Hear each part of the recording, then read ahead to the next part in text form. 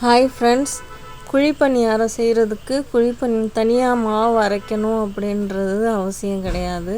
உங்கள்கிட்ட தோசை மாவோ இல்லை இட்லி மாவோ இருந்துச்சுன்னா அதிலே கூட நம்ம குழிப்பணியாரம் செய்யலாம்.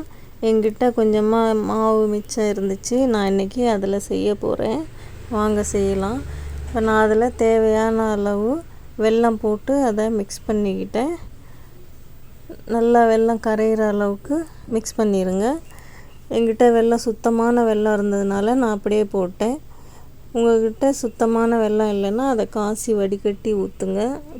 3 ஏலக்காவும் சேர்த்துட்டு நல்லா அதை மிக்ஸ் பண்ணி விட்டுட்டு, இப்போ ஆப்பசட்டி வைங்க.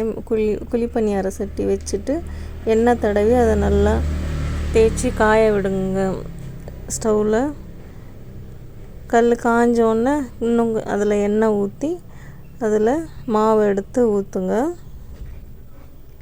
மாவு முக்கால்வாசி ஊற்றுங்க, ஏன்னா அது பொங்கி வரும், உப்பி வரும். அப்படியே மேலே ஊற்றுனதுக்கப்புறமா மேலேயும் நல்லா எண்ணெய் நிறைய ஊற்றி தட்டு போட்டு மூடிடுங்க.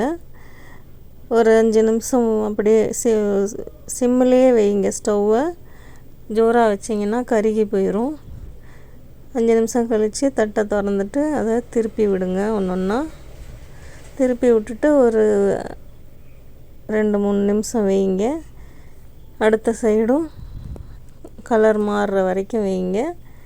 வெந்தோடனே எடுத்துருங்க. அவ்வளோதான், சூடான சுவையான குழிப்பணியாரம் ரெடி ஆயிடுச்சு. இது சாப்பிடவும் டேஸ்ட்டாக தான் இருக்கும். செஞ்சு பாருங்கள். செஞ்சு பார்த்துட்டு எப்படி இருக்குன்னு கமெண்ட் பண்ணுங்கள். என்னோடய சேனல் சப்ஸ்கிரைப் பண்ணாதவங்க சப்ஸ்கிரைப் பண்ணுங்கள், லைக் பண்ணுங்கள், ஷேர் பண்ணுங்கள்.